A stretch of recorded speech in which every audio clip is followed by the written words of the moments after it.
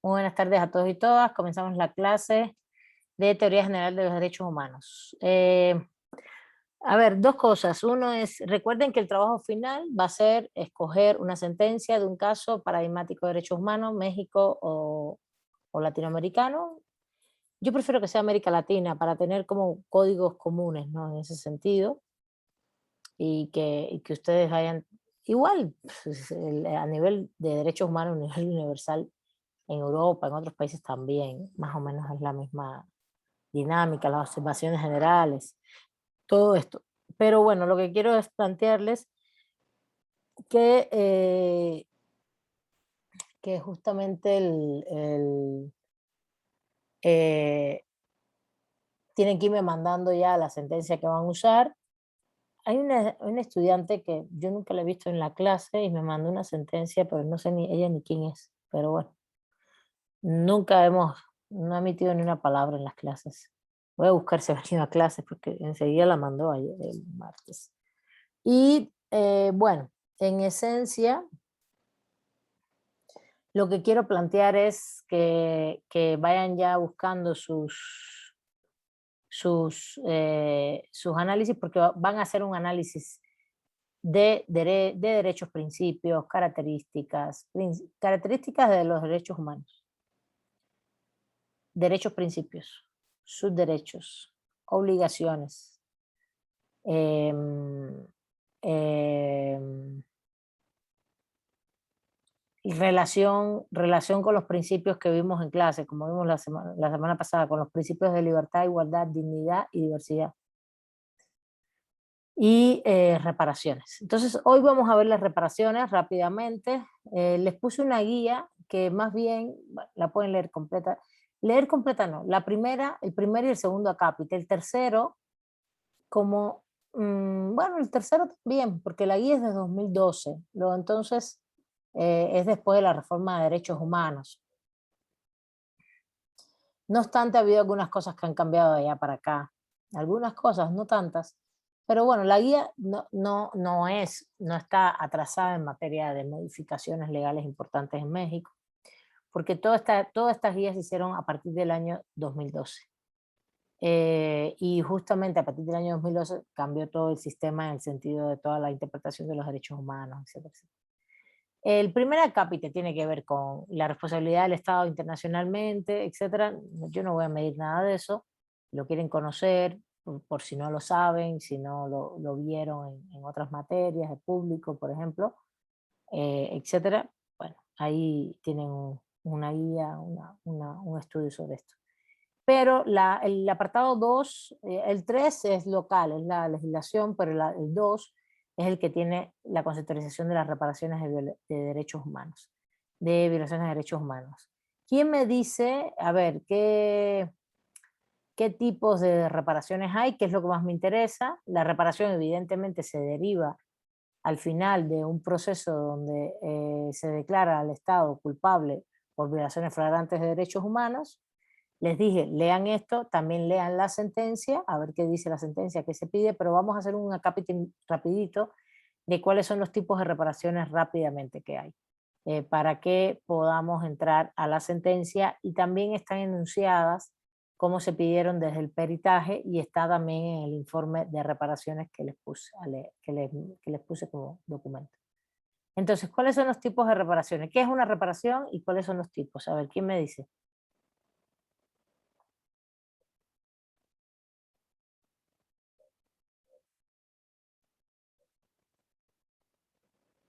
Es el concepto, estoy preguntando un concepto. A ver, levanten la mano para yo saber quién va a hablar.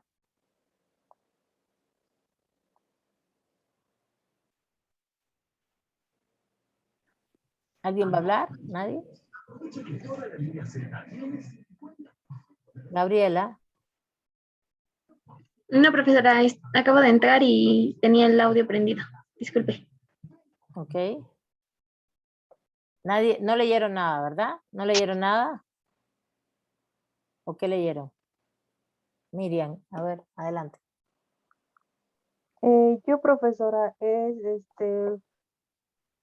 pues la reparación es como que tratar de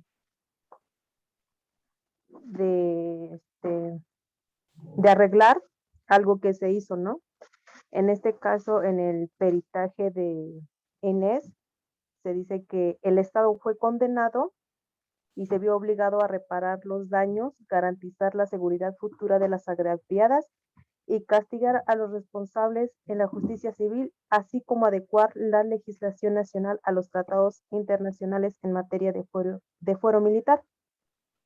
Y dice, debió además realizar eventos públicos de desagravio para cada una. Y bueno, lo que a mí me llamó la atención es que, ay, no recuerdo si fue en el peritaje o en el otro, es que dice que anteriormente, o sea, nunca se había visto una reparación del daño por parte del Estado. ¿Por qué? Porque siempre así como que se dejaba así como que la corte ya decía, el Estado va a reparar estos daños y así, y no se les daba seguimiento. Entonces, estos peritos, o no recuerdo bien quiénes fueron, acompañaron a las víctimas e hicieron estrategias y se sentaron en la mesa con Segov para que de esta manera vieran cómo iban a reparar o iban a acatar la sentencia que dictó la corte. Ok, muy bien, gracias Miriam. Estás hablando de la sentencia, está bien. Hablen de lo que leyeron, no hay ningún problema. Ahorita voy a ir acotando. Gerardo. Muy bien, Miriam. Sí, profesora, buenas tardes. Buenas Bueno, tardes. es que aquí menciona que en el artículo 63.1 de la Convención Americana, dice que cuando decida que hubo violación de un derecho o libertad protegidos en la Convención, la Corte dispondrá que se garantice al lesionado el goce de su derecho o libertad conculcados. Dispondrá asimismo, si ello fuera procedente, que se reparen las consecuencias de la medida o situación que ha configurado la vulneración de esos derechos y el pago de una justa indemnización a la parte lesionada. Yo entiendo esto porque, bueno, me manda ahí a pie de página en cuanto de lo que trata la reparación, ¿no? Exacto. Yo podría entender esto como el volver al estado que se encontraban las personas antes, o sea, volver la situación a la que se encontraban antes de la violación, ¿no? De sus derechos y por ende el cubrir todas las costas y gastos que se llevaron a cabo para poder solicitar este derecho, ¿no? Ante la Corte, todo lo que se haga. Muy bien. Muy bien, Gerardo. De hecho, prácticamente Gerardo lo que está haciendo es, desde la sentencia misma y lo que está diciendo es sacar el concepto. Y eso está muy bien, porque esa es otra forma de trabajar, no solamente es leer un texto teórico, sino sacarlo desde la misma parte práctica. De hecho, la reparación es eso, las diferentes formas en las cuales el Estado puede hacer frente a la responsabilidad que tiene. Pero no solamente que pueda hacer frente porque quiere, sino porque lo obliga una sentencia, ¿no?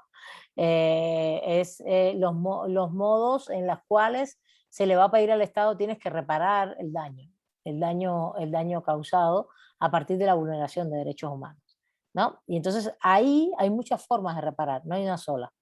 Y esto es lo importante. Fíjate, Gerardo ha dicho que esto es incluso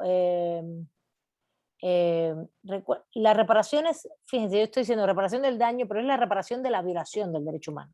El daño puede estar derivado de la violación o no, pero es que hay muchas formas de ver esto y es como lo que se pide sobre todas las cosas y lo primero que se pide es que cese la violación del derecho humano. Eso es lo primero que se pide, que cese por encima de todo la violación.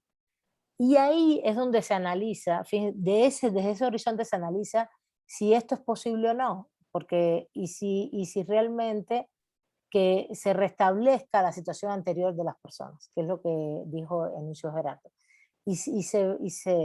se analiza si esto es posible o no. Por ejemplo, en el caso de Inés, ¿tú puedes restablecer la situación anterior? A ver, les pregunto. Se llama restitutio in integrum, restablecer integralmente a la situación anterior. En este caso se puede, yo les pregunto. No. No, No, porque justamente después de todo lo que pasó y de todos esos años, realmente es imposible restablecer la situación anterior. Hay muchos casos que es imposible restablecer la situación anterior. El caso de Rosendo Radilla, por ejemplo. Tengo buen internet. Me está diciendo que está inestable. Ah, no, pues sí, estoy bien. El caso de Rosendo Radilla, que es desaparición forzada. El caso de los 43. Sí, sí, que no tenemos todavía una sentencia, ni mucho menos, solo los informes del GIE, del Grupo Especial de Antropología.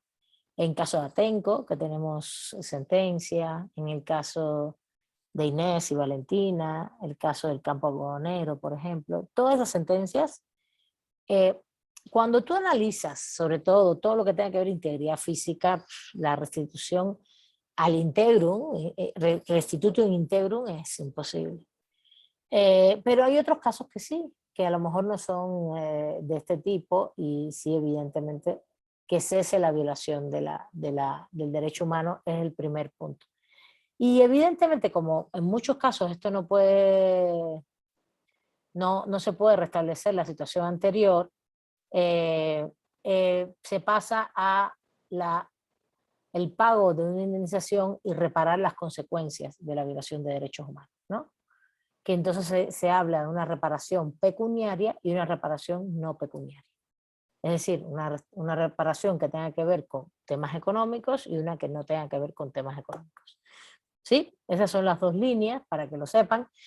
Se las voy a mencionar rápidamente. La reparación pecuniaria va a estar derivada por los daños psicológicos.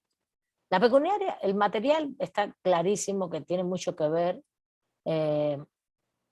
con pérdida de ingresos de las víctimas, como dijo Gerardo,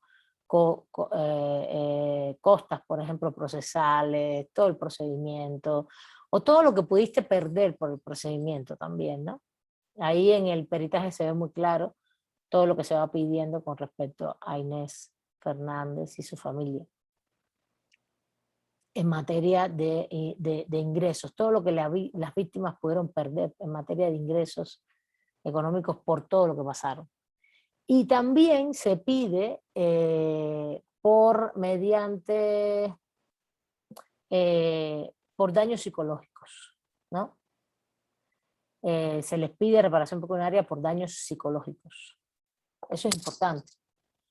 ¿Por qué? Porque el daño es ese daño inmaterial, pero psicológico, que cuesta tanto a la persona en vida, físicamente, pues también que se repare económicamente. ¿Está bien? Pecuniariamente. ¿Está bien? Entonces no solamente lo que perdiste de ingresos, sino también la afectación. Incluso a ver, por favor, sus micrófonos. Llegan tarde a la clase y no tienen ni la medida de poner el micrófono. Por favor. Los dejo entrar porque los conozco, sé quiénes son, por favor.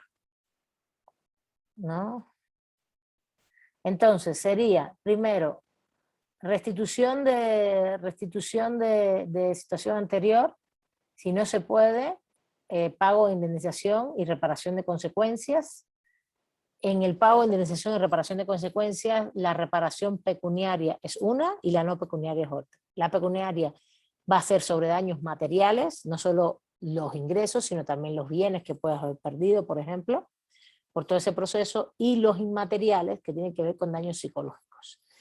Y la no pecuniaria ya serían medidas de satisfacción y no repetición, que serían, en este caso, y medidas de rehabilitación. Son dos tipos diferentes, medidas de satisfacción y no repetición, y medidas de rehabilitación. Todas estas se las voy a poner en el esquema porque lo tienen que sacar y llenar del caso.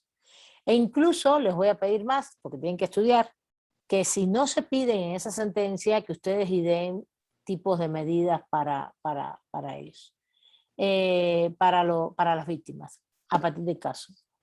Regularmente casi todos los casos usan casi todas las medidas, todos los casos paradigmáticos. Bueno, ¿cuáles son las medidas de satisfacción y no repetición?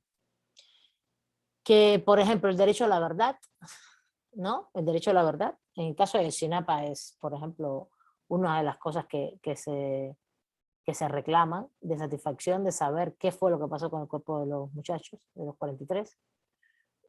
Reconocimiento de la responsabilidad del Estado o de los actores, de todos los actores incluidos. Recuerden que hoy las violaciones flagrantes de derechos humanos, aunque estamos hablando de responsabilidad estatal, que es el que va a responder, porque justamente es el que está frente a las instancias internacionales, etcétera, etcétera, o en las instancias nacionales, si se hacen bien las cosas, es el que está como responsable, sea el ejército, sea la policía, sean las diferentes autoridades.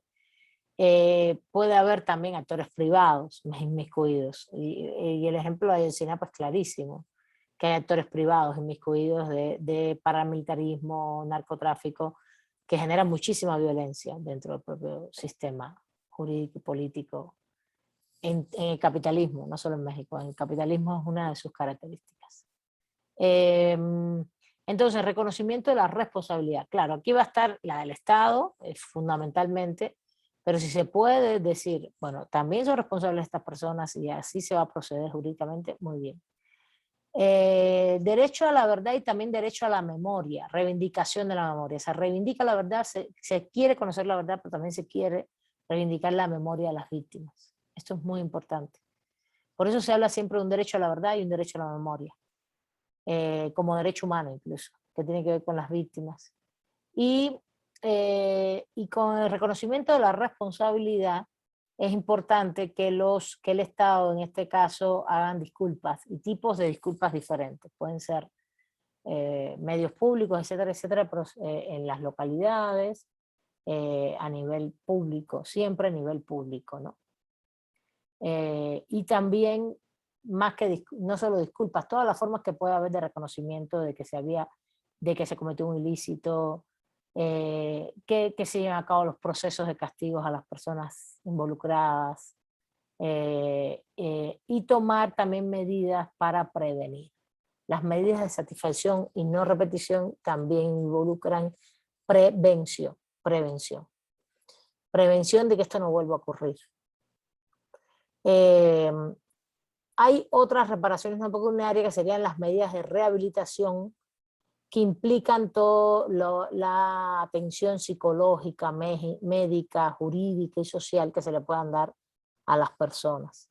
Claro, cuando ustedes ven pecuniaria, no pecuniaria y la dividen así, esto se va mezclando, ¿no? Porque al final medidas de rehabilitación, de atención médica, psicológica, servicios jurídicos y sociales, quizás muchas de estas también se traducen en ofrecérselas. Se las tiene que ofrecer el Estado y, por ejemplo, que no tengan que pagar nada, ¿no? Cosas así. Bueno, entonces tenemos una primera acción que es restitución integralmente, restablecimiento de la situación anterior, si no es posible, el pago de indemnización y reparación de consecuencias, y a partir de reparación pecuniaria y reparación no pecuniaria. La pecuniaria implica daño material e inmaterial, y la no pecuniaria implica satisfacción y no repetición y rehabilitación. Son 3 tipos de medidas. Y dentro de la satisfacción y no repetición, derecho a la memoria, a la verdad, reconocimiento de responsabilidad, disculpas y otros reconocimientos públicos acerca de lo que ocurre, medidas de castigo a los individuos, procesos jurídicos a las personas involucradas, a los responsables, medidas de prevención para que no vuelvan a ocurrir estos hechos, y rehabilitación física, psicológica, médica, de ofrecer servicios jurídicos y sociales. Es la última medida, ¿vale? Eso es lo que hay. Bueno, a ver cómo se ve esto en la sentencia. Y en el peritaje, a ver, ¿quién me dice? Ahora sí, se supone que eso sí lo leyeron.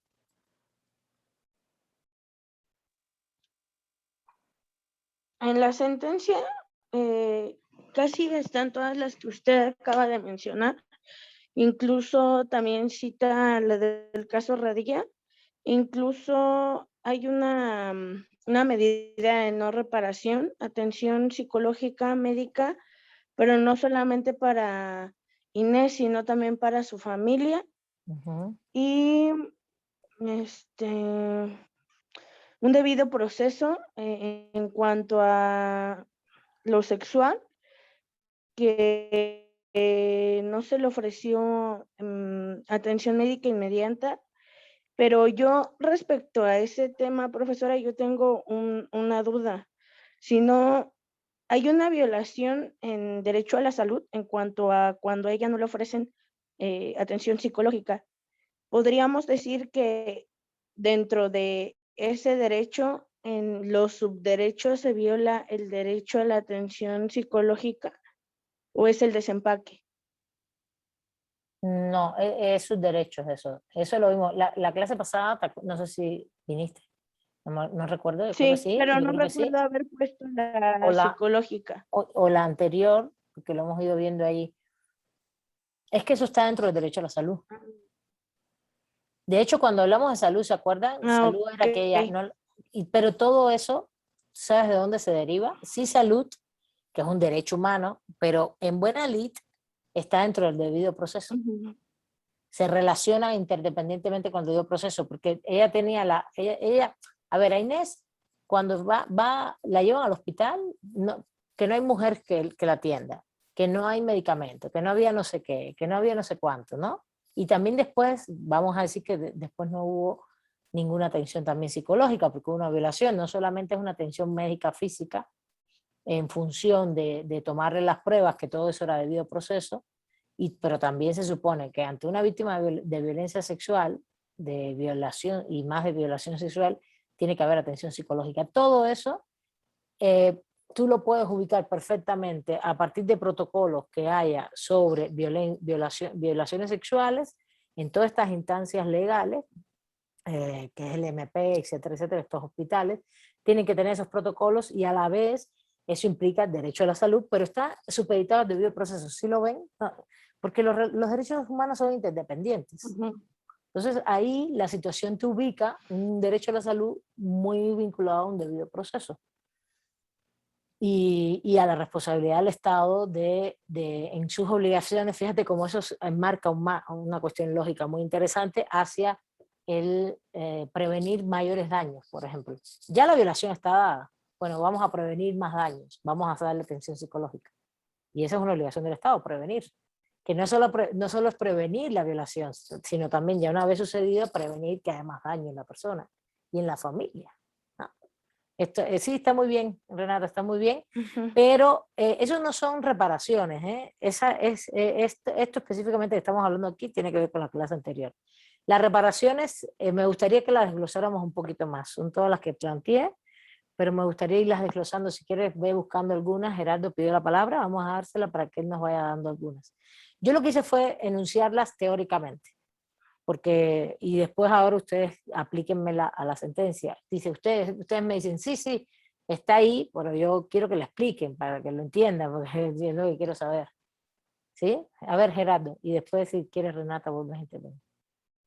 Sí, son referentes al peritaje, profesora.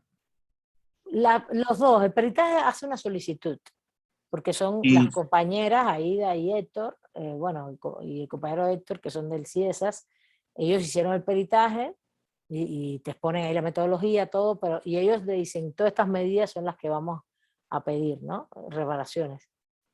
Los puedes ubicar en la es, sentencia, puedes ubicarla en el peritaje, no importa, me da lo mismo.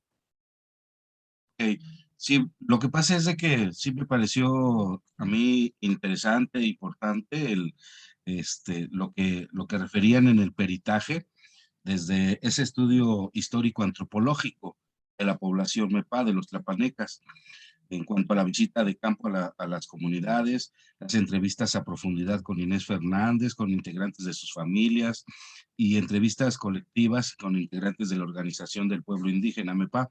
Esto, aquí anoté que fueron los ejes temáticos trabajados, fueron el vínculo entre lo personal y lo comunitario en la experiencia de violencia, las enfermedades anímico-espirituales que se vinculan a la experiencia de violación sexual y la manera que éstas afectan a la familia y a la comunidad.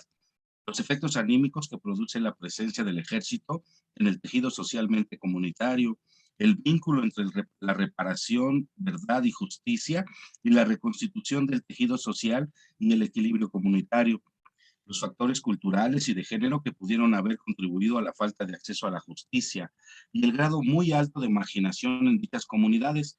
Esta marginación aumenta en las mujeres. Después viene la parte de sucesos y consecuencias, en donde se narran los hechos, el impacto personal y comunitario. Aquí hay una agresión, dice, la agresión a un miembro de la comunidad se percibe hacia toda la comunidad. Pues toca temas como el susto, la enfermedad, en donde dice que se percibe así como que el alma se sale del cuerpo, ¿no? Que es manifestado por dolores de cabeza, escalofríos, temblores de cuerpo, pérdida de apetito, etcétera. Y sobre todo esto de el nahual, que el espíritu animal de Inés quedó herido y no quiere volver por el susto al miedo, y que la falta de justicia impide la curación. El miedo a represalias ha fracturado la unión y comuneros, y la falta de justicia justifica el quedarse mejor callados, dice. El impacto en las mujeres de la región, no salir a jugar, las niñas, ni siquiera ir a la escuela. Lo que tienen que hacer también lo que tienen que hacer para estudiar la secundaria, mudarse a la cabecera de la región, por la lejanía de la escuela, trabajar sin sueldo, y esa triple discriminación de identidad étnica, de generación y economía. Las medidas reparatorias, aquí me llama la atención esto, que están solicitando becas para estudiantes que terminan la primaria, el pago de gastos y costas de las demandantes, que ya viene en la sentencia, disculpa, desagravio y reconocimiento de responsabilidad por parte del Estado. Las medidas de protección y prevención, que se establezca una oficina de atención a víctimas de violencia, la garantía de no repetición en cuanto al retiro de las fuerzas militares de la zona. Entonces, esto es lo que yo pude percibir en cuanto al peritaje, profesora, y que, bueno, con lo que tiene que ver con la sentencia, incluye esta parte de los gastos y costas de las demandas, bueno, las reparaciones materiales e inmateriales. Muy bien, muy bien. A ver, ¿quién más quiere intervenir? A ver, reparaciones materiales que se invocaron y que se pidieron, las materiales, que pueden ser por daños psicológicos y por daño o por pérdida de ingresos o bienes. A ver, Mariana, ¿quieres intervenir? Bueno, no.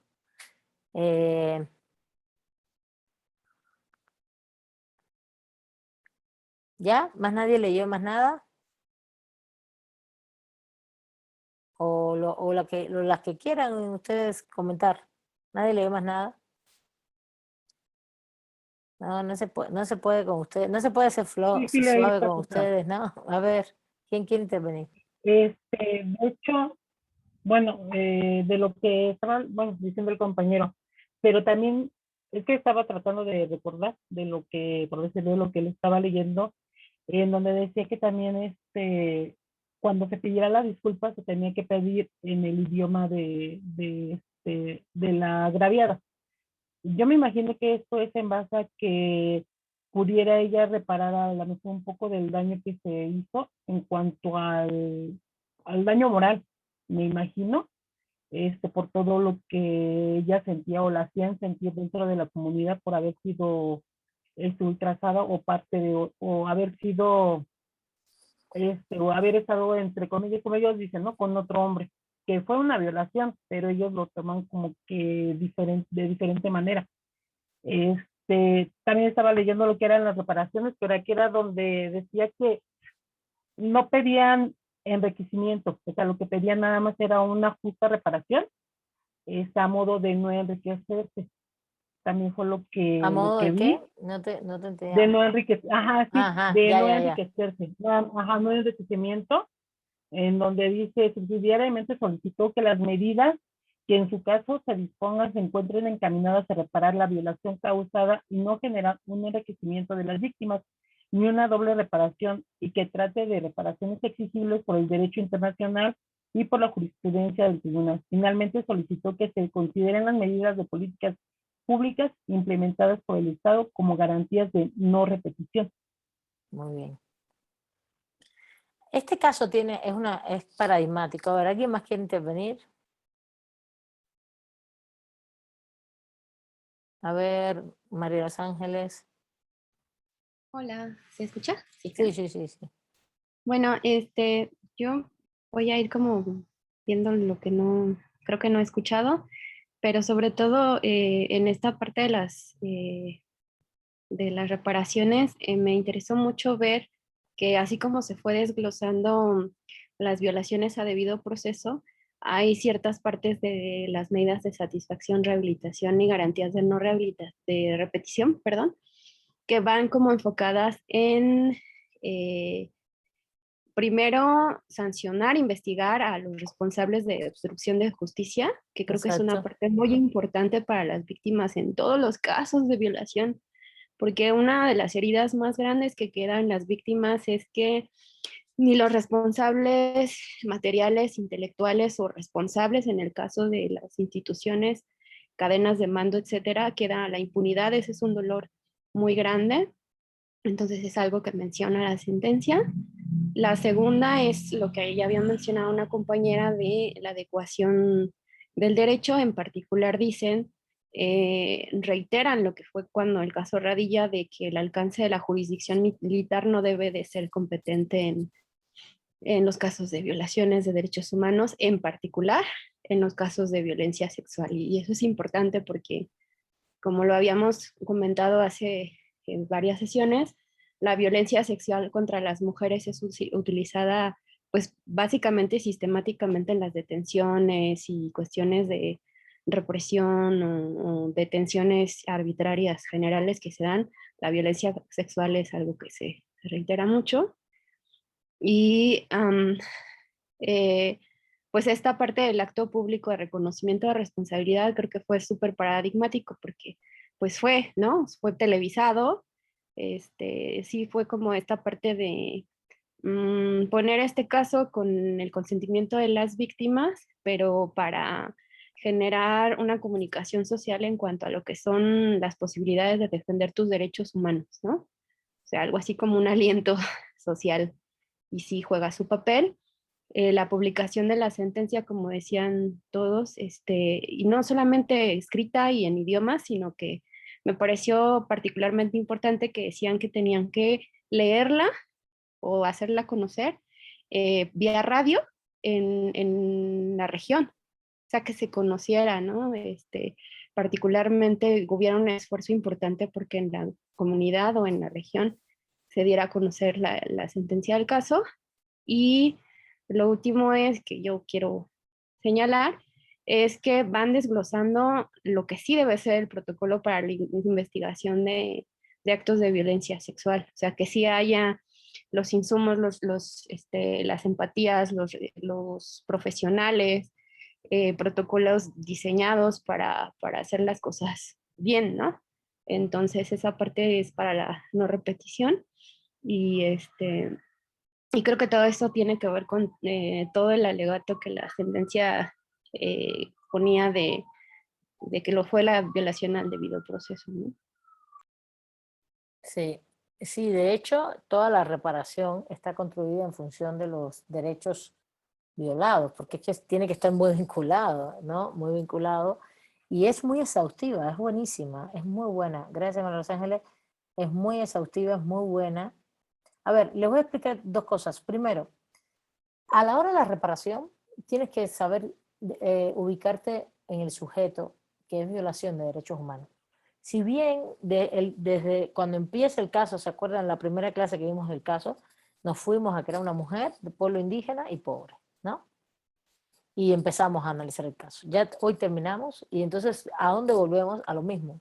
Mujer, pueblo indígena, pobre. Y sus familiares, indígenas, pobres, en situaciones de condición de alta vulnerabilidad, ¿no? Riesgo y vulnerabilidad altísimo. Riesgo alto y vulnerabilidad total. Y eso provoca, y esto es muy importante, se los digo porque si alguno de ustedes, alguna en sus trabajos a futuro, a ver, esto no hay que llegar a la Corte Interamericana para hacerlo, puede ser un verificador en una comisión de derechos humanos o puedes trabajar en muchos otros aspectos y tener claro estos conceptos para coadyuvar a trabajar en el derecho. No tienes que hacer una sentencia, no tienes que ser juez o no tienes que ser abogado solamente de demanda de derechos humanos, de quejas, o de demandas también, amparos, etcétera, sino también puedes, porque tú puedes pedir las reparaciones. Tú como abogado pides las reparaciones en la demanda. No solo hablas de hechos, hablas de violaciones de derechos, hablas de obligaciones incumplidas y al final tienes que pedir las reparaciones. ¿Y qué tipo y con qué? Y tienes que ir vinculando todos estos hechos con derechos. Y fíjate, aquí la mención de los artículos es como siempre muy... Para que vean que no es normativismo, los derechos humanos no pueden ser normativistas nunca, positivistas, ¿no? La mención de los artículos es como de ubicación muy colateral, que sí, hay que ponerlo, no es que no hay que ponerlo, hay que ponerlo, hay que tener claro dónde están, pero lo fundamental es el proceso argumentativo acá, y saber los conceptos. Y fíjense, es impresionante, lo que es muy importante, que cuando ustedes tienen un sujeto colectivo, y volvemos a la clase de sujetos colectivos, la acción individual se convierte en una acción colectiva. Y eso fue paradigmático en esta sentencia, de que se gestionaron reparaciones colectivas. Se pidieron, ahí lo dice el dictamen muy bien, de Aida y de Héctor, bueno, el resumen de dictamen de los compañeros del CIESA, son antropólogos, ella se dedica incluso a trabajar con mujeres indígenas, y él es antropólogo también, no sé si él únicamente trabaja esto, pero sí sé que trabaja allí, y entonces se centraron en no dejar que se quedara la cuestión en Inés y la familia única y exclusivamente, sino pedir y trascender a la colectividad, y esto hasta cierto punto, al principio el debido proceso por supuesto es a Inés y la familia, pero justamente hay algunas que tienen que ver con lo colectivo, y esto es lo importante. Esto es lo importante, porque pedir que salga, solicitar que salga el ejército, es para toda la comunidad. El daño psicológico no solo es a ellos, es también a la comunidad. ¿Sí se entiende eso? Es muy importante esa solicitud. Y los actos públicos, si bien son personales o ese pequeño grupo de reconocimiento de responsabilidad que se den, son relevantes, pero trascienden a lo comunitario. Por eso es importante ir a la comunidad, hablar en la radio comunitaria. Hay otro caso, el caso ¿se acuerdan? El caso de las mujeres otomíes, Jacinta Francisco Marcial, Teresa González Cornelio y Alberta Alcántara Juan, que en 2017 se hizo la disculpa pública esta del gobierno mexicano, porque las encarcelaron injustificadamente. Y es cuando se emite esto también públicamente, y hablan de hasta que la dignidad se haga costumbre, ¿no? Que fue fuertísimo eso fue muy, muy bonito y muy emocionante, ¿no? Que se pudiera haber hecho esto, y con estas compañeras indígenas, y eso también es un acto, aunque es personal, también es colectivo, ¿no? Eso es importante, las denuncias públicas. A ver, esto que hablo de lo colectivo, quiero ver, a ver, ¿alguien más quiere comentar? Porque Gerardo, que levantaste la mano, adelante, para yo buscar otra Sí, cosa acá. es que también las reparaciones hacia la comunidad también son tanto materiales como inmateriales, porque determinan algunas cantidades, por ejemplo, para las organizaciones, el implementar, por ejemplo, una escuela comunitaria en el lugar, independientemente de las disculpas públicas, ¿no? Que también, como decía usted, se beneficia a toda la comunidad. Entonces, sí, tanto menciona en la sentencia las reparaciones, en este caso, para la comunidad, tanto materiales como inmateriales, sí las menciona. El caso de que no tengan el acceso a la educación, el que no se repita, el hecho de tener que capacitar también a los funcionarios para la atención a víctimas de violencia, en este caso sexual, implementar cursos para estos funcionarios, independientemente de la capacitación y educación también de las Fuerzas Armadas que menciona, que tienen que ser capacitados para poder prevenir este tipo de actos, ¿no? Esto beneficia también de manera inmaterial a todos los comuneros. independientemente de las cantidades que menciona la sentencia en cuanto a que tienen que recibir también las organizaciones MEPA, ¿no? Y de hecho, por ejemplo, el tema de las becas a los hijos, si es un pedido específico del peritaje, y agarran específicamente todo lo que exponen los peritos. Fíjense qué importante es, por ejemplo, si ustedes estudian Derecho, ustedes se gradúan de Derecho, se dedican a esto, después pueden estudiar una maestría en Antropología, por ejemplo, y se pueden dedicar a hacer esos peritajes también. O la antropología es la que regularmente hace mediante la metodología del peritaje, que Gerardo también expuso muy bien, porque también pueden estudiar sociología, ¿no? Pero la antropología, la sociología, regularmente se plantea que no hay una gran distinción. Entre ellos mismos lo dicen, pero yo sí lo creo que hay. Yo creo que la sociología realmente hace más patrones de conducta, estudia más patrones de conducta generalizables. Eh, em, y al final, cuando los juristas se meten a hacer, por ejemplo, a estudiar pueblos indígenas y a meterse a hacer trabajo campo con los pueblos,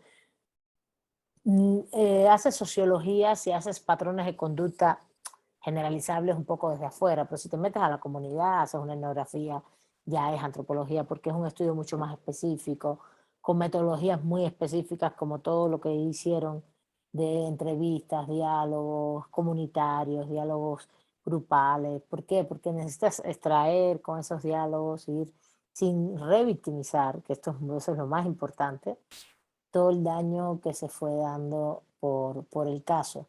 Y así es como se hace, y es un trabajo muy bonito. De hecho, acaban de publicar también un peritaje antropológico sobre unos casos en Guerrero, del mismo grupo del CIESAS, pero en este caso de Teresa Sierra y Liliana López. Yo lo acabo de bajar. También hay otro caso que se acaba de presentar también en Guerrero. Se está trabajando mucho en Guerrero, porque son las comunidades ahora que están, bueno, todas están golpeadas, pero ahí hay bastante trabajo. Y en el caso este de la escuela, que ellos viven, dice, solo pueden acceder a la educación trabajando en condiciones de semi-esclavitud. Son términos del peritaje completamente, y la sentencia lo cita, para que vean qué importante es. El otorgamiento de becas a los hijos de la señora Fernández, y cubrir sus estudios, etcétera, porque perdieron estudios, pero de todas maneras, lo que es colectivo son los recursos para el funcionamiento de una escuela comunitaria. Ese es que es colectivo. Recursos para el funcionamiento de una escuela comunitaria, que ahí se había pedido que fuera de movilidad, porque pidió el peritaje que fuera movible por la naturaleza de la comunidad, que estaban en lugares aislados diferentes, que tuviera cierta movilidad, sino que fuera con un albergue, ¿no? Que la gente se pudiera quedar, ¿no? Si no era movible, que se pudieran quedar. Y esto se otorga. Se plantea que, bueno, ahí se plantean todos los recursos y lo que ellos alegan con respecto a esto. Política que garantice el En el acceso punto a 200, ver, adelante. Habla tú, si en yo el punto prefiero que hablen 260, ustedes. en el punto 269, profesora, menciona exactamente la relación con el peritaje, porque menciona, dice, adicionalmente, en el escrito que acompañó su dictamen, la perita precisó que la antes propuesta como escuela comunitaria para la promoción y educación sobre derechos de las mujeres sea sustituida por una escuela albergue que sea instalada y funcione en la cabecera municipal de Ayutla de los Libres. Dicha escuela albergue puede funcionar como dormitorio para las hijas de los MEPA que están estudiando la secundaria o el bachillerato, y al mismo tiempo fungir como escuela de educación no formal sobre temas varios a cargo de las mujeres. O sea, aquí menciona la sentencia, la importancia de la relación, bueno, que están haciendo caso, vaya, al peritaje que se presentó, ¿no? Por parte Sí, de claro. estas personas. Bueno, además de todas las otras cuestiones de política, una política que garantice el acceso a la justicia a las mujeres indígenas mediante el respeto de su identidad cultural. Ahí alegan todo lo que México ha hecho al respecto, pero que hay determinados programas y acciones que México dijo que ya tenía establecidos, pero de todas maneras, de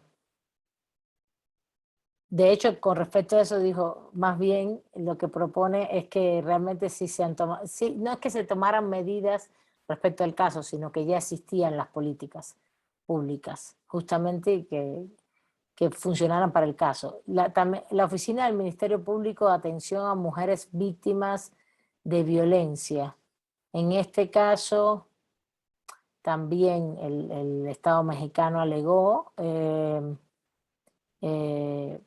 que tenía este tipo de oficinas, incluso oficinas móviles, etcétera, etcétera. Unidades móviles, ¿no? Aquí habría que ver en ese momento, lo que se objeta es que los servicios de atención a las mujeres víctimas de violencia sexual deben ser proporcionados por las instituciones indicadas por el Estado, entre otras el MP de Ayutla de los Libres, a través de la provisión de recursos materiales. Ahí donde ustedes ven cómo se vincula también la reparación y las obligaciones. Provisión de recursos materiales y personales, cuyas actividades deben ser fortalecidas mediante las acciones de capacitación ordenadas en la presente sentencia. Bueno, lo que no recuerdo, no sé si alguien lo vio, es el tema de sacar al sector militar del espacio. No sé si está finalmente Sí, puesto dice De hecho, pedía para el artículo 57, profesora. De hecho, aquí en el 234 dice, por su parte, los representantes solicitaron a este tribunal que ordena al Estado realizar una reforma en los artículos 13 de la Constitución Política y 57 del Código de Justicia Militar. Y sí, parece que sí se reformó porque dice, de esta forma se modifica el artículo 57 del Código de Justicia Militar. La disposición quedó de la siguiente manera. Artículo 57. Son delitos contra la disciplina militar los de orden común o federal, siempre y cuando no tenga la condición de civil el sujeto pasivo que resiente sobre su persona la afectación producida por la conducta delictiva o la persona titular del bien jurídico tutelado o puesto en peligro por la acción u omisión prevista en la ley penal como delito en los siguientes supuestos. A. Que fueran cometidos por militares en los momentos de estar en servicio o con motivo de actos del mismo. Y lo dice, durante la etapa de supervisión del cumplimiento de la sentencia, la resolución del 17 de abril, la Corte Interamericana determinó que México no había cumplido de manera satisfactoria la garantía de no repetición al modificar de manera parcial la disposición inconvencional del Código de Justicia Militar. Lo anterior fue por dos razones. La jurisdicción militar no es un fuero competente para investigar y en su caso juzgar y sancionar a los autores de violaciones de derechos humanos, aun cuando el sujeto activo y pasivo sean militares. Y B, el fuero militar solo se puede juzgar la comisión de delitos o faltas cometidos por militares activos que por su propia naturaleza atenten contra bienes jurídicos propios del orden militar, que eso era algo que se estaba pidiendo. Sí, pero lo que quiero saber es si la sentencia alega que quiten a los militares, porque eso sí lo pidieron las peritas, Sí, lo pidieron. lo pidieron, pero yo no lo veo en la sentencia. Pero está muy raro que no lo mencionen. A ver, no sé si... Me acuerdo que sí lo vi. No, en materia de reparaciones. Es que hay una serie de reparaciones colectivas que tienen que ver, por ejemplo, con toda la acción que incide en lo comunitario, ¿no? Evidentemente. Todo lo que sea la escuela albergue, las políticas, bueno, ahí hay varios elementos como de políticas públicas, oficina de atención a las mujeres, unidades móviles, que la sentencia lo que hace es decir, bueno, el Estado dice que sí lo tiene, lo verificamos, si está, o falta esto, falta lo otro, es lo que se va poniendo, que es justamente de incidencia colectiva. Hay algunas cosas de políticas públicas que pidieron que nunca se adoptaron porque dice que no se pidieron en el proceso que debe ser, y como también ya dijo Gerardo, las otras cuestiones colectivas es incidir en los responsables, ¿no? En las Fuerzas Armadas, en la policía, dar cursos, etcétera, etcétera. Pero para mí una de las acciones colectivas más importantes era sacar la presencia militar del espacio. Pues, y evidentemente justamente del pueblo donde donde son ellas, de donde son las compañeras. Profesor, en el 233 menciona que ordena a Ajá. que se les limite en casos de violación de derechos humanos a los militares. Es 233. Sí, voy allá. A ver. 233. Adecuación del derecho interno a los estándares internacionales en materia de justicia. La Comisión solicitó a la Corte que ordene a México limitar el alcance de la jurisdicción militar, gracias, excluyéndola al reconocimiento de casos en que existan violaciones a derechos humanos y particularmente en casos de violencia sexual. Sí, ese punto sí, pero a ver, vamos a ver lo que resuelve. Es consciente de que las autoridades internas están sujetas al En el imperio de la ley. 240, profesora. En el 240, sí. De acuerdo con lo establecido. Y donde dice finalmente, Ujú.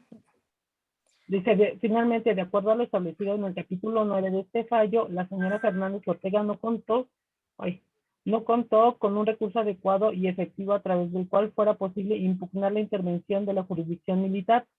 En consecuencia, México debe adoptar también en un plazo razonable las reformas pertinentes para permitir que las personas que se vean afectadas por la intervención del foro militar cuenten con un recurso efectivo para impugnar su competencia. Pero sí, no Sí, habla pero esto es si- jurisdicción militar. Esta es la jurisdicción militar. ¿Saben qué? Es que yo no. Díganme, adelante, sigan. Ese es el apartado, empieza desde el 233 y ahí la Corte empieza a decir que México tiene que limitar el alcance de la jurisdicción militar y después lo va diciendo. Entonces, en esta parte que menciona la compañera dice, la señora no pudo impugnar que los militares se intervinieran porque no había los medios, a lo mejor incluso de procedimiento, no sé, ¿no? Yo estoy empezando la carrera, entonces no entiendo mucho esa parte. Pero el chiste es que a ella se le dificultó mucho que los militares no juzgaran el caso. Y eso tiene que ver con esta parte de la adecuación, porque es el apartado II o 2 de adecuación del derecho interno en materia de justicia. Entonces, todos esos puntos lo que están diciendo es, en este caso, las cosas que hicieron prevalecer, ¿no? La jurisdicción militar sobre el caso de la señora, que fue una de las cosas que más le complicó y le hizo más tortuoso el proceso de denuncia, ¿no? Y de búsqueda de justicia. Sí, lo que pasa es que se había pedido esta acción colectiva y yo lo que estoy viendo es que esa no se otorgó de ninguna manera. Que es sacar, a ver, una cosa es el debido proceso y la jurisdicción militar, eso es un tema. Lo otro es sacar las fuerzas militares del espacio, del lugar.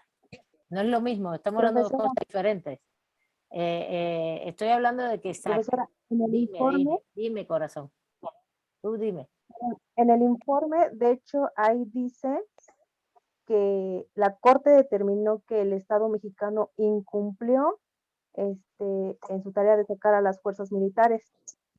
Y en el peritaje, en la última hoja, yo le entiendo que, de hecho, las fuerzas militares no salieron porque hasta ellos decían que era como que, no sé, como, lo entiendo así, como que difícil ver a los indígenas y los indígenas ver a los militares porque de hecho no sabían cómo tratarlos y tratarlos como, no recuerdo bien cómo lo decían, pero esto, derivado de que el artículo 2 de la Constitución le da autonomía y determinación a los pueblos indígenas. Uh-huh. Entonces, sí, pero pero la sentencia no lo dice. Es lo que me resulta muy llamativo. Porque justamente yo lo leí en el informe y lo leí en el peritaje. Y la sentencia también la terminé de leer y ahora me doy cuenta que no lo tengo señalado en ningún lugar. A ver, son dos cosas muy diferentes. Escuchen. Una cosa es señalar... dime. A ver. Yo lo vi presentado en la argumentación del peritaje como una de las cosas que las mujeres pedían, porque no era para ellas, y pues como es regularmente, el daño social se da también por la presencia de estas fuerzas públicas ahí intimidándolos como organización, claro, como comunidad, etcétera. Pero yo lo único que vi en la sentencia fue esta parte en la 8, en donde dice que se debe haber educación en derechos humanos en las Fuerzas Armadas. Es como lo que más vi. No, y la educación para la escuela. La escuela es la acción de reparación más colectiva que puede haber, porque es para todos y todas, de hecho. Pero no me queda claro en algún punto que diga la Corte. No, no lo dice y lo estaba ya buscando de nuevo. El recursos para el funcionamiento de una escuela comunitaria es la acción colectiva que se propició a partir de la sentencia. Porque el otorgamiento de becas de estudios para los hijos. A ver, vamos a irlo cerrando, porque ya son, bueno, faltan 20 minutos todavía. Aquí hay dos temas. Esto es muy interesante porque también al analizar el informe, al analizar el peritaje, vemos lo que se pide y lo que se logra y cómo también el derecho tiene límites. A mí me resulta extraño porque regularmente también lo que hace la Corte es decir, bueno, se nos pidió esto, pero no podemos hacer nada. Y en donde dicen que no pueden hacer nada es porque pidieron extemporáneamente que tuvieran incidencia en políticas públicas sobre violencia de las mujeres. Justamente les voy a decir qué parágrafo es el parágrafo 279 que dice alegatos de la comisión, porque todo esto es de la comisión, adoptar en forma prioritaria una política integral y coordinada, respaldada con recursos adecuados para garantizar que los casos de violencia contra las mujeres sean adecuadamente prevenidos, investigados, sancionados y sus víctimas reparadas. 2. Implementar políticas públicas y programas institucionales destinados a superar los estereotipos sobre el rol de las mujeres en la sociedad, promover la erradicación de patrones socioculturales discriminatorios que impiden el acceso pleno de las mujeres a la justicia, programas de capacitación para funcionarios públicos en todas las ramas de administración de la justicia y la policía, y políticas integrales de prevención. Todo eso se pidió. Y mecanismos adecuados y efectivos de consulta previa, libre e informada para pueblos indígenas. Siempre que se adopten medidas legislativas administrativas. Entonces se pidió como una cosa muy choncha, vamos a decirlo así, pero la Corte dice, esto fue presentado de manera extemporánea, en momento procesal, y no fue presentado en el momento procesal oportuno. Luego entonces no podemos pedir las medidas de reparación, ¿entienden? Así es el punto 279 y 280, pero en indemnizaciones, compensaciones, gastos y costas, que es la reparación pecuniaria, está clarísimo el daño material, daño material, disculpa, derivado de una reparación inmaterial, lo psicológico, y ahí ponen todas las costas y todo, y todo lo que ellos gastaron o todo lo que dejaron de percibir y todo lo que tiene que ver con lo psicológico, ¿no? Y las costas y gastos procesales. Entonces sí estuvo ahí bastante bien y cómo debe ser la modalidad de pagos a efectuar y todo. Pero no veo exactamente para nada el pedido ni tampoco una referencia al pedido. Y al final es que mencionan todos los artículos. Bien los alegatos en el peritaje. O sea, así planteado como una demanda de las víctimas, solo lo vi en el peritaje, sí, no exactamente, en la sentencia. exactamente. Bueno, y eso nos da medida también de los límites, incluso al sistema interamericano, porque se imaginan, eso sería impresionante, que la Corte Interamericana le diga al Estado mexicano, tienes que sacar las fuerzas militares de ahí, a fuerza, estaría impresionante eso. Pero no está, tampoco está en la última parte de lo que dispone la sentencia finalmente. Léanlo para que vean que son 2 cuartillas más. Tiene que ver con todos los programas, todo lo que tiene que implementar el Estado para cumplir todas las reparaciones. Lo que dice por unanimidad, esta sentencia constituye per se una forma de reparación y dice, y ya, establece cada uno de los puntos del 11 al 26, todas las reparaciones, cómo lo debe hacer. Pues ahora, Dime. una observación, es que en el peritaje, en la garantía de no repetición, dice, no incluimos una demanda incluimos una demanda que no se encuentra contemplada en el escrito de solicitudes, ya mencionado por ser a nuestro entender una de las demandas más sentidas de Inés y su familia y de los miembros de la organización. el retiro de las fuerzas militares de la zona es vista por muchos, o sea, aquí menciona como que probablemente no, pues dice, no estaba en el escrito de solicitudes. Entonces, hace referencia a eso, el retiro de las fuerzas militares de la zona es vista por muchos pobladores como una medida indispensable que garantiza la no repetición. La presencia misma de fuerzas militares y la correspondiente aplicación de la normatividad internacional vigente en materia de conflictos bélicos genera una situación de definición que conduce a que ni los elementos del ejército ni los mismos habitantes de la zona estén claros sobre si los pobladores son o no reconocidos como civiles o fuerzas no beligerantes. De ahí deriva una ¿Dónde estás mutua leyendo eso? desconfianza. ¿Dónde estás? ¿En En qué en página? el peritaje, ¿Pero en qué página?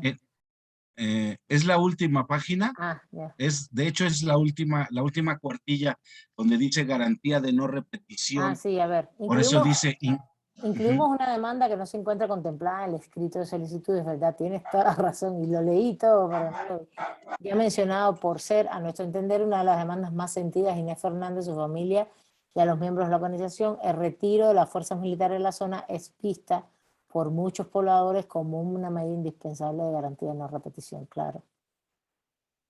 Pero, no, y ahí es donde argumenta, por eso les digo que yo estaba buscándolo en la sentencia, porque aquí es donde argumenta el tema de tratar estos temas como conflictos bélicos, porque evidentemente un ejército en una zona, primero el ejército no debería estar en la calle, lo que debería estar en la calle es evidentemente la policía, el ejército solo con un conflicto bélico, y como era el ejército el que Calderón había sacado, justamente, aunque esto es, ¿qué año era? No sé si es con Fox, no recuerdo, la verdad. Exactamente, y es el ejército allí en estas zonas, que son las zonas de mayores espacios de violencia en materia de grupos paramilitares, grupos de narcotráfico y a la vez el ejército. Genera esta cuestión de que puedas declararlo, y esto a nivel internacional funciona mucho. Y para los estudiantes, ustedes que ya terminaron la carrera casi, aquí lo que les debe brincar es el derecho internacional público, ¿no? El uso de la fuerza, si hay una guerra, si se configura el concepto de guerra o no. Eso se podría alegar también en las demandas. Se podría alegar y podría uno decir perfectamente que genere una... Pero justamente como no hay un conflicto bélico, pero eso se podría hacer. Podríamos saber derechos humanos y vincularlo al público y decir, realmente si se está dando un conflicto bélico, no es interestatal, pero los conflictos bélicos hoy, que es una de las cosas que se está redefiniendo hoy a nivel internacional público, es que participan actores privados. Y por ejemplo, el tema del narcotráfico y los paramilitares presentes genera un conflicto bélico porque justamente se supone, vamos a decirlo así, que los militares estaban allí por eso. ¿Sí se entiende? Todo ese análisis se puede hacer y que están allí por justamente el conflicto de narcotráfico y de paramilitarismo que hay en determinadas zonas del país. Claro, evidentemente, como también el tema del funcionamiento de lo narcoestatal, que es que realmente el ejército está ahí en función de proteger esos mismos intereses que están vinculados a instancias del Estado, entonces es un problemón. Pero lo que está diciendo aquí los autores del peritaje justamente es eso. La presencia misma de fuerzas militares sin la correspondiente aplicación de la normatividad internacional vigente en materia de conflictos bélicos genera una situación de indefinición que conduce a que ni los elementos del ejército ni los mismos habitantes de la zona estén claros sobre si los pobladores son o no reconocidos como tal, como civiles o como fuerzas no beligerantes. De ahí deriva una mutua desconfianza que promueve que los conflictos y por ende las violaciones de derechos humanos, de ahí deriva una mutua desconfianza que promueve los conflictos y por ende las violaciones de derechos humanos. Esta indefinición puede solventarse en el reconocimiento por el Estado mexicano de la capacidad de las comunidades indígenas para decidir sus asuntos fundamentales que le competen de acuerdo a su cultura. Yo no entiendo la vinculación aquí con el derecho a la consulta. Lo que en materia no sé por qué consulta lo usan acá, no sé si alguien lo entiende, pero porque yo lo que aquí me parece que es importante es justamente que en materia de no repetición, porque no lo dice solo ahí, lo dice al inicio del peritaje. Al inicio del peritaje, si buscan, al inicio, dice,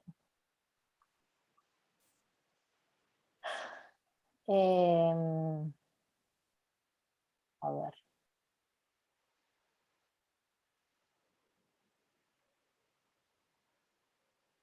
Dichos peritajes fueron elaborados por quienes suscribimos con base a 3 preguntas. Bueno, sí, las percepciones, violación de integridad personal, dignidad humana. No sé si fue al inicio, la verdad. Ya no me acuerdo.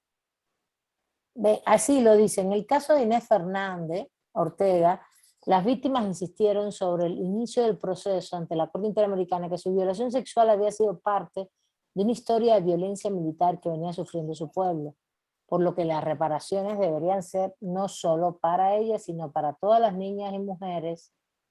Laura, por favor, cierra tu micrófono. Ya te lo cerré, pero para todas las niñas y mujeres de su organización y su comunidad. Una de las demandas más sentidas expresadas por Inés y por otros integrantes del pueblo MEPA fue el retiro de las fuerzas militares de la zona como una medida indispensable que garantizara la no repetición. Es que es lo primero que dicen. Y entonces, ¿por qué? Porque la violación es parte de una serie de agresiones contra el pueblo, contra la organización, y no puede ser tratada de manera aislada. No es un caso aislado. No es que vino el militar ese día y quiso y tenía a los otros 2 y se volvió loco. No, no, no. Es una actitud consuetudinaria, es una actitud de violencia permitida con impunidad en función de amedrentar a las poblaciones, sobre todo que están organizadas y que tienen un proceso de resistencia frente al Estado y frente a este tipo de fuerzas de violencia, que puede ser el ejército o pueden ser otras.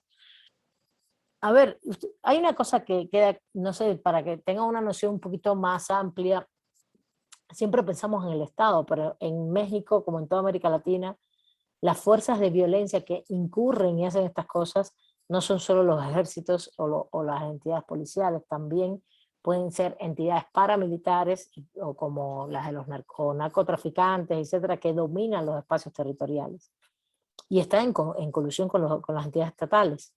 Esto ocurre así, es impresionante eso. Entonces, por eso también hay que abrir un poquito más el espectro de sí responsabilidad estatal, es verdad, pero tiene que ver con todo esto que está pasando, ¿no? Que es una situación de violencia vinculada al funcionamiento del capital. El capital necesita esos procesos para funcionar. No creo que el capital quiere que todo esté pacífico, porque es que el narcotráfico es parte del capitalismo. El paramilitarismo es parte del capitalismo. Esas actitudes, esos espacios de violencia que aparentemente que son ilegales, no aparentemente son ilegales, también son parte del funcionamiento del flujo del capital. Del capital me estoy refiriendo a ese capitalismo acumulativo, excluyente, de ganancia. Si no hubiera gente que consume y no hubiera tráfico de armas y todo eso, no sería todo esto. Y eso es parte del flujo. Veamos una cosa más grande. Entonces, en ese análisis macro puedes incluir perfectamente este análisis consuetudinario también a partir de un caso y que ocurre en muchos casos. Y que genera cadenas de violencia, ¿no? La demanda de reparaciones que sean comunitarias. El peritaje quiso hacer esto y al final, pero no está en la solicitud inicial, no está en la solicitud de esa garantía de no repetición, por eso es que la sentencia no dice nada. Y por eso estaba yo un poco buscando toda la conexión, porque lo había leído en todos lados y digo, pero no me aparece acá. A ver si ustedes lo habían visto. Pues no, porque no está, y yo creo que tiene que ver, no sé, no dice nada. La sentencia tiene mucho que ver con el no meterse en los asuntos internos, políticos, del funcionamiento del Estado, más allá de la violación de derechos humanos. No quisieron hacer ese paso. Pero bueno, hubiera sido interesante e importante. Pero bueno, hasta aquí. Reparaciones, cerramos. Recuerden que los tipos de reparaciones es una parte importante en materia de derechos humanos. Estamos evidentemente ubicados en que tenemos los principios de los derechos humanos, sus características, después los sujetos. Esto también, todo eso va a ir al trabajo final. ¿Qué tipo de sujetos son? ¿Qué características tienen? Los bienes jurídicos que se protegen, ahí empiezan los derechos principios, los subderechos, porque ahí están los bienes y principios, las obligaciones, el desempaque después de los derechos, que, a ver Renata, para cerrar un poquito lo que preguntaste, en este caso el único desempaque que vimos fue el de adecuación cultural en materia lingüística en el debido proceso producto de que no, su idioma, y de hecho eso está en la reparación también, en la sentencia, en todos lados, no pudo ella defenderse y hacer todos los procesos porque no había un intérprete desde el inicio en muchos momentos. No siempre hay desempaque, la clase pasada lo comenté, el desempaque se ve más, desagregación en sus derechos sí, pero el desempaque a veces se ve mucho más en materia de derechos sociales, ¿vale? Y por último, después de las obligaciones vienen las reparaciones y tenemos reparaciones pecuniarias y no pecuniarias. Las pecuniarias tienen que ver con daños materiales e inmateriales. La sentencia las expone muy bien, muy claramente, incluso los montos, todo. Y las no pecuniarias tendrían que ver con todas estas medidas de satisfacción y no repetición y de rehabilitación. ¿Está bien? Bueno, todo eso van a tener que hacer en el trabajo, es un trabajo largo, y le doy la palabra a María Ángel que la está pidiendo, no te había visto, disculpa. Yo, bueno, tengo dos comentarios, una pregunta y un comentario. La pregunta es en relación a esto que mencionaba del desempaque, porque en el peritaje yo creo que percibí también que hablan sobre este daño moral, espiritual, que se generaba en la comunidad, que no se considera en el desarrollo del procedimiento ni de la investigación. Esto de que pues es como un dolor tan profundo y todo que afecta el alma, ¿no? Entonces no sé si es parte como también de lo que se puede ver de la adecuación cultural, que no se aborda a veces pues sí, en las leyes occidentales, pero es un daño que existe, No, ¿no? la adecuación cultural es parte de la ley occidental, ¿eh?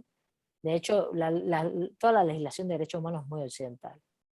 Ojalá no fuera occidental, pero la adecuación cultural es un término que se ha puesto desde el mundo occidental adecuando a los pueblos indígenas. Ahora, pero no lo había abordado, por ejemplo, tanto en la sentencia, un poquito mencionado cuando la señora describe la agresión, ¿no? Pero no vi que se abordara como este daño, que no es... el daño colectivo. Ajá. El daño Sí, colectivo, no está. Está solamente en materia colectiva, la escuela y todas las medidas periféricas hacia el Estado de capacitación, etcétera, etcétera. Pero como tal, la escuela, en materia colectiva. El segundo comentario es, pues, ¿qué tendría que pasar o a qué tendríamos que trabajar para que hubiera, pues, o sea, esto que le faltó a esta sentencia creo que era fundamental, que era ese pronunciamiento por el retiro de los militares, que era cuando ya se leen los otros documentos, algo que era pues esencial para la comunidad y la persona y la víctima como tal, ¿no? Entonces, cuando ve este tipo de sentencias, siempre se queda uno en todas, ¿no? Como, ¿qué podemos hacer para que amarre más la próxima vez o que sí puedan haber pronunciamientos o sentencias más completas, ¿no? En este sentido, esta parte de que no hayan dicho que los militares se fueran o que se pueda generar un proceso así, me queda como esa cosquillita. Bueno, también hay un tema, ¿no? Acuérdense que esto pasa a la comisión y de la comisión pasa a la corte y la comisión es la que hace los pedidos. Y si no lo hicieron y no se exigieron a tiempo, etcétera, etcétera, evidentemente no lo hicieron porque no sale ni en la sentencia de que tendríamos que buscar las demandas, todo el trayecto procesal desde que empezó en la comisión, que llegó a la comisión, qué fue lo que también se demandó y cómo llegó esto y después la llegada a la corte, ¿no?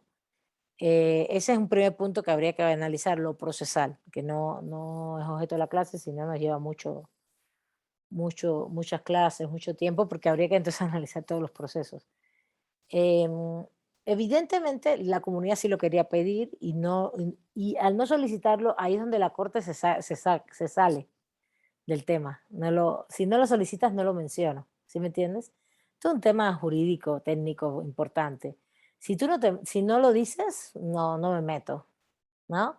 Y está mal, porque podrías meterte, pero también es un tema procesal, bueno, yo resuelvo lo que tú me dices que pasó, no más que esto, no más. Lo que pasó y lo que implica, no más. Claro, el peritaje va un poquito más allá y lo dice, porque lo tienen clarísimo y lo ponen, pero no trascendió. No tengo, por eso se los pregunté a ver si ustedes lo habían visto, pero justamente lo que yo veo, habría que ir a todo lo que la comisión demandó y cómo llegó todo lo de las partes a la comisión, que es por la China Holland.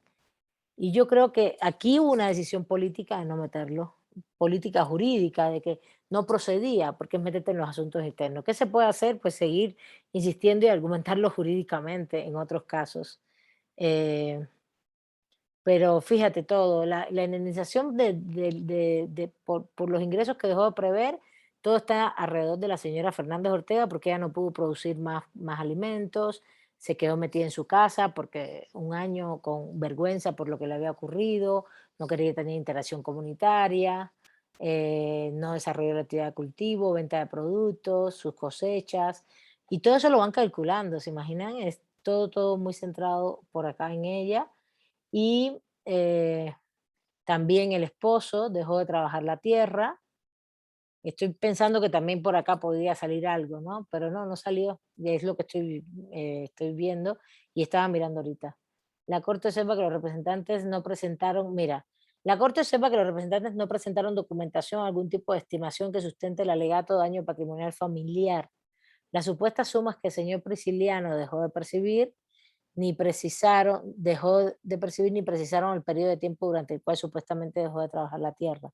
Por otra parte, tiene una nota que tanto la señora Fernández Ortega como el señor Prisciliano dejaron de trabajar en su parcela por la búsqueda de justicia en el caso. En consecuencia, es previsible que los hechos del caso generaran la inactividad de ambos en momentos y por tiempos similares. Aquí está haciendo como una suplencia, ¿no? Y está diciendo, bueno, no me lo precisaron, pero supongo que es igual. Pero está centrado en esto. Entonces, aquí esto es relevante que lo veamos, porque aunque sea una cosa procesal que no es parte del objeto de la clase, lo importante que es qué pides y cómo lo pides en el momento que lo pides, en la demanda, para que esto continúe y salga hasta en la sentencia. Entonces, esto mismo que dices, María Los Ángeles, es hasta qué punto la violación de derechos humanos puedes pedir una reparación colectiva. Yo creo que sí, que lo puedes hacer y probarlo. Por eso el peritaje lo menciona, pero parece que evidentemente no se pidió. ¿Está bien? ¿Qué podemos hacer? Pues hacerlo bien y pedirlo bien y ver si las cortes y los jueces Reparación colectiva. Perdón, en el caso del daño colectivo, lo que dicen en las sentencias es que no tienen como suficientes evidencias, ¿no? O sea, de la familia sí, pero de lo colectivo dicen que no, que de eso no hay ninguna evidencia y que por eso no se pronuncian por daño colectivo comunitario, por la violación como hecho de eso sí me acuerdo. Lo tengo delante de mí, estoy mirando y hablaron todo el tiempo en materia de indemnizaciones, compensaciones, gastos y costas, todo el tiempo hablan de la familia, de Inés y el esposo. De la familia. Dime. Dime. Al principio, cuando empiezan a presentar los alegatos, antes de todo esto, dicen que los representantes ponen este asunto del daño colectivo y en la respuesta de la Corte ahí dicen, nosotros no vemos alguna evidencia de lo colectivo, solamente de Inés y de sus familiares directos, ni siquiera del hermano que mataron, ¿se acuerdan? Entonces, por eso ahora por eso están los hechos, ya estoy yo en la parte final de la reparación. Que yo digo, o sea, es que el documento es integral, pero sí ellos van conectando hechos con sucesos y alegatos y al final hacen una conclusión. Eso es silogismo jurídico. Exacto. Aunque ustedes no sepan, no es tan claro, pero aquí hay un silogismo jurídico grandotote desde que empieza hasta que termina. Normas jurídicas en general, hechos y conductas y conclusiones. Entonces, están conectadas unas cosas con otras y al final no hablan de este tema, cosa que a mí me parece que está raro, porque es una cosa que mencionaron en algún momento, pero ya después no se meten. La reparación y la sentencia es la conclusión del silogismo. Y ahí es donde tú dices, bueno, ¿y por qué este puntito no lo tocaron, no este punto? Porque es un punto muy importante. Profesora, en el peritaje dice que Inés justificó que su violación, si bien era individual, había tenido repercusiones en su pueblo y que por tanto no podía ser tratada de manera aislada. Y dice que por tanto sus abogados Sí, Miriam, sí hicieron una...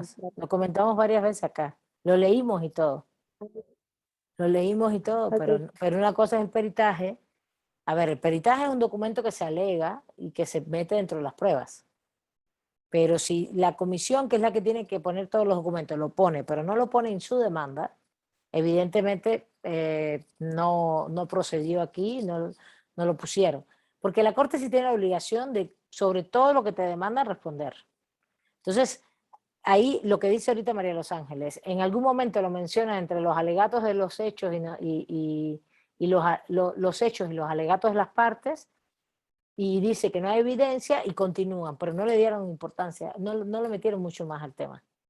De hecho, al punto está en que ellos dedican una parte de análisis de Inés específicamente, de la familia, y lo de la comunidad no lo analizan de manera específica, de manera así específica. En eso es lo que está un poco diciendo María Los Ángeles, ¿no? Entonces, esto no llega acá al final del silogismo, la sentencia es todo esto, pero el final del silogismo es dictamen, qué soluciono y cuál es la reparación. La conclusión.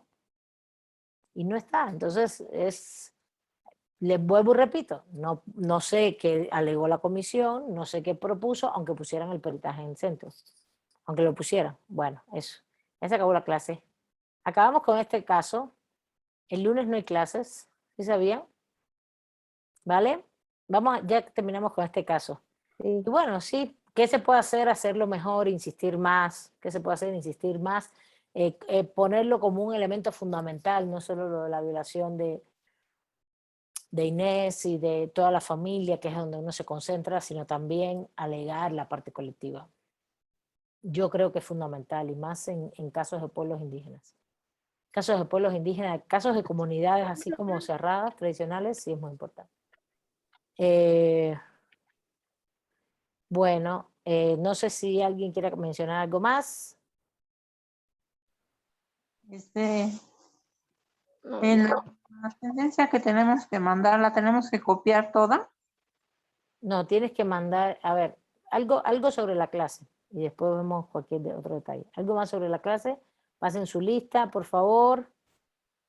Y No, yo nada más profesora, que justamente me refería a eso, ¿no? Que, o sea, que los abogados sí lo establecieron en la demanda, como usted dice, quién sabe cómo claro, lo pasó la comisión a la corte, porque la corte, o sea, ya no se pronunció sobre esto, bueno, sí se pronunció sobre eso, pero no dio un fallo positivo, porque no lo vio como que el daño como que en colectividad, sino de manera individual. individual y la familia, ¿no? La familia es un cierto colectivo y sí, todo el tiempo dicen que sí, que incluso hay una relación con la comunidad compleja ahí, porque la propia comunidad la estigmatizan a ella, al esposo, e incluso le dan indemnización por eso. Ella deja de salir a cultivar igual que el esposo un año porque le da pena, le da vergüenza frente a la comunidad, porque la están estigmatizando. Eso es todo un rompimiento del tejido social, que lo dice muy claro el documento, ¿no? El peritaje. Pero no se metieron. Yo pensé que sí se habían metido. Porque lo primero que yo leí fue el peritaje antes de la sentencia y estaba muy yo entusiasmada con esto, justamente con ese punto de la colectividad, la verdad, y finalmente cuando terminamos el caso vemos que no está. Qué triste. Bueno, hay que pues prepararse para entonces pensar siempre los sujetos. Fíjense, esto es interesante porque no piensa solo el sujeto de ella, que es un sujeto mujer pobre, colectivo, indígena, sino también piensas ella en su familia, eso es una pequeña colectividad, ella en la comunidad, eso es importante, y la comunidad en sí como sujeto. Y eso es importantísimo, y bueno, tienen clarísimo qué son los pueblos indígenas, pero no lo practican. No está. Bueno, chicos, compañeras, compañeros, vamos a cerrar la clase. Hasta aquí. Nos vemos el otro miércoles, porque es feriado el lunes. El día 15 es feriado. Eso me dijeron, si estoy en lo cierto, ¿no? Entonces, por el 20 de noviembre. Entonces nos Sí, vemos hasta el profesora. otro miércoles y yo voy a subir un caso de Desca ahora. Un caso de Desca, muy pronto se lo subo. Mañana no, el viernes. Y ya lo van a poder ir estudiando hasta el miércoles, ¿vale? Bueno, hasta aquí cerramos este caso.